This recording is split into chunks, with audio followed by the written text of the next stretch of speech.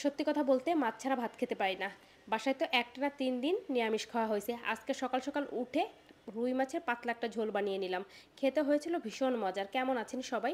এই তো আমরা বেশ ভালোই আছি। তো সকাল সকাল উঠে রান্নাবান্না করার জন্য কিচেনে চলে আসছি, রান্নাবান্না বসিয়েও দিয়েছি, আবার এদিকে সবজি কেটে নিচ্ছি।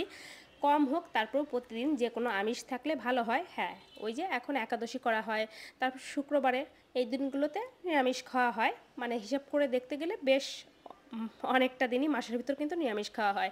আর মাছ আমার ভীষণ প্রিয় একটা খাবার। আর আমার বাবার বাড়িতে ওইভাবে ধরা বাঁধা কোনো মানে নিরামিষ খাওয়ার নিয়ম নেই যে এই দিন নিরামিষ খেতে হবে, ওই দিন নিরামিষ খেতে হবে। হ্যাঁ, পূজার দিনগুলোতে দেখা যায় নিরামিষ খাওয়া হয়, এই আর কি। এর মাঝে একটু চাও করে নিলাম, একটু বেশি করে আদা দিয়ে। তো চা খাবো। চা এখন তৈরি করলেও চা খেতে বেশ অনেকটা দেরি হয়, ওই ঢেকে রেখে দেই। আর অনেক গরম চা আমি খেতে পারি না। মাছের মাথা তারপর মাছ সহই নিয়েছি, হলুদ লবণ দিয়ে মাছটা মেখে নেব একদম কম তেল মশলা দিয়ে। কাঁচামরিচ ধনিয়া পাতা দিয়ে আজকে রান্না করব। রুই মাছটা তো আগে দেখা যায় রুই মাছ বা কাতল মাছ নিয়ে আসলে বাসায় অনেক তেল মশলা ঝাল দিয়ে রান্না করতাম, মেয়েটার জন্য আলাদা করে রান্না করে দিতাম। এখন আর আলাদা কোনো রান্নার কোনো সিস্টেমই নেই, সবই একভাবেই রান্না, যাতে ও খেতে পারে আমরাও খেতে পারি। আর একটা শাক রান্না করা হবে, কলমি শাক।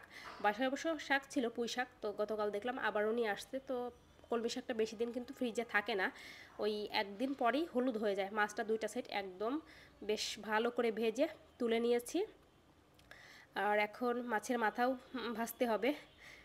মেয়েটা আবার মাছের মাথা খুবই পছন্দ করে। এর মাঝে আমার মেয়েটাও উঠে গেছে, তো ওর জন্য একটু খাবার রেডি করে দিলাম। একটা কলা এইভাবে একটু পিস করে কেটে, আর দুইটা রুটি, আমিও সাথে দুইটা রুটি নিলাম। আর হলো চা। তো বসে খাওয়ার এখন আর সময় নেই, সে তো উঠেই খেলনাপাতি নিয়ে বসে গেছে, এক একদিন এক একটা বাহানা নিয়ে ঘুম থেকে ওঠে। তো আজকে ওঠার পরে এই ড্রেস পরেছে, নতুন নতুন বা বিভিন্ন ধরনের ড্রেস শাড়ি পরতে সে ভীষণ পছন্দ করে। ভাতটা হয়ে গেছে, তো ভাতটা নামিয়ে তারপর পাশের চুলায় শাকটা বসিয়ে দেবো, আর এই চুলায় মাছটা রান্না করে নেব। তো মাছের মাথাও একদম দুইটা সাইড কড়া করে ভেজে নিয়েছি, তেলে দিয়ে দিলাম একটু জিরা ফোড়ন, তারপর একটু পেঁয়াজ কুচি। পেঁয়াজটা ওই কিছু টাইম ভেজে নিয়েছি, হালকা একটু মানে নরম হওয়ার পর তারপর দিয়ে দিলাম হলুদ লবণ দিয়ে আরও কিছু টাইম ভেজে এখন দিয়ে দিলাম আলু। এরকম রান্না তো আগে আমি ভাবতেই পারতাম না। আর মাছের ঝোল মানে সাদা ঝোল অসম্ভব ছিল, এই যে রান্না করতে করতে এখন চা খেয়ে নিচ্ছি। চা অনেকটা ঠান্ডাই হয়ে গেছে, মাঝে মধ্যে এরকম হয় কাজকর্ম করতে করতে দেখা যায় একদম ঠান্ডা চাও খেতে হয়, কিছু করার নেই। কারণ সকালবেলা ভীষণ ব্যস্ত থাকি, একদিকে টাইমের ভিতর রান্না করতে হয়, আবার অন্যদিকে গ্যাসও টাইমের ভিতর থাকে, ওই টাইমে যা রান্না করার রান্না করে নিতে হয়। হাতের কাজকর্ম গুছিয়ে তারপর দেখা যায় চা খেতে হয়, যেদিন সময় পাই সেদিন বসে খাওয়ার চেষ্টা করি। তো মাছ রান্না হয়ে গেছে, নামানোর আগে একটু বেশি করে ধনিয়া পাতা দিয়ে দিলাম। একদম মানে বলা যায় সাধারণভাবে কম তেল মশলায় রান্না করেছি, কিন্তু মাছটা খেতে যে কী যে ভালো হয়েছিল, হয়তো আরও বেশ কয়েকটা দিন পর এই যে আমিষ খেলাম এর জন্য আরও বেশি ভালো লেগেছে। না, আসলেই ভালো হয়েছিল। তো যাই হোক, টেবিলে এই যে শ্রীমনের পাপার জন্য ভাতও তুলে দিয়েছি, সে এখন মাছের ঝোল দিয়ে ভাত খেয়ে যাবে। শাকটা হতে একটু দেরি হয়েছে, এর জন্য শাক খেতে দেয়া হয়নি, রাত্রে এসে খাবে। তো কলমি শাকটাও রান্না হয়ে গেছে, নামিয়ে নিলাম। যদিও ভেবেছিলাম এখন ডাল রান্না করব না, সন্ধ্যার দিকে করব। তো ভাবলাম যেহেতু গ্যাস আছে একদমই লো, আশা করি হয়ে যাবে। তো এখনই বসিয়ে দিই, আর রাতের জন্য রান্নাবান্না রাখবো না। এই যে সে এখন যাচ্ছে চলে, তাকে একটু বিদায় জানিয়ে দিলাম। একটু খাবার খেয়ে নেব, মেয়েটাকেও খাবার খাইয়ে তারপর চলুন একটু খাবার খেয়ে নেই, কারণ ভীষণ ক্ষুধা লেগে গেছে। তো আগে মেয়েটাকে খাবার খাইয়ে দেই, তারপর আমি খাবার খাবো। বেশ মজা হয়েছিল, একটু লেবুও নিয়ে নিয়েছিলাম। আর এখানে করে নিলাম হলো উচ্ছে দিয়ে ডাল, তিতার ডালটা কিন্তু ভীষণ ভালো লাগে গরমের টাইমে।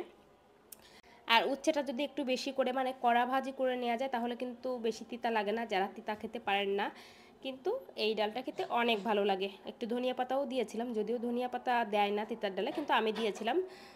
এটা হলো একদম সন্ধ্যার পরে, আজকে আমরা ঘুম থেকে উঠেছি ওই 7টার দিকে। তো তারপর কিছু খাওয়া দাওয়া করে এখন মেয়েটাকে নিয়ে একটু বই নিয়ে বসালাম। বেশ অনেক কিছু কিন্তু সে লেখা শিখে গেছে, আর পড়তেও ভীষণ আগ্রহী। এই যে দেখেন, দু একজন তো এমনভাবে বলে যে আপনার মেয়ের 4-5 বছর হয়ে গেছে, স্কুলে দেন না, কবে স্কুলে দেবেন? তো তাদেরকে বলছি, মেয়ে যেহেতু আমার, চিন্তা আপনার থেকে আমার বেশি। আর ওর 4-5 বছর হয়নি, ওর সামনে অক্টোবরে 4 বছর কমপ্লিট হবে। সব ঠিক থাকলে জানুয়ারিতে ওকে স্কুলে দিয়ে দেবো। ওকে, বুঝতে পারলেন? তার মানে কথাটা তারা এমনভাবে বলে যে আমার কোনো চিন্তা হয়তো নেই, তাদের চিন্তা বেশি। আর আমি মনে করি আমার মেয়েটা ওর যতটুকু বয়স, এই বয়সে অনেক কিছু বোঝে আর অনেক কিছু শিখেও গেছে। আর যেসব বাচ্চাদের গ্রোথ ভালো তারা কিন্তু দেখতে দেখতে বড় হয়ে যায়, আর মেয়ে বাচ্চাগুলো একটু বেশি তাড়াতাড়ি বড় হয়ে যায় চোখের একদম বলা যায় পলকে। দেখুন তো কত সুন্দর লেখা শিখে গেছে, খুব কথা শোনে। তো সবাই ভালো থাকবেন। যাই হোক, আজকের ভিডিওটা এই পর্যন্তই। আজকের মতো টাটা, বাই বাই।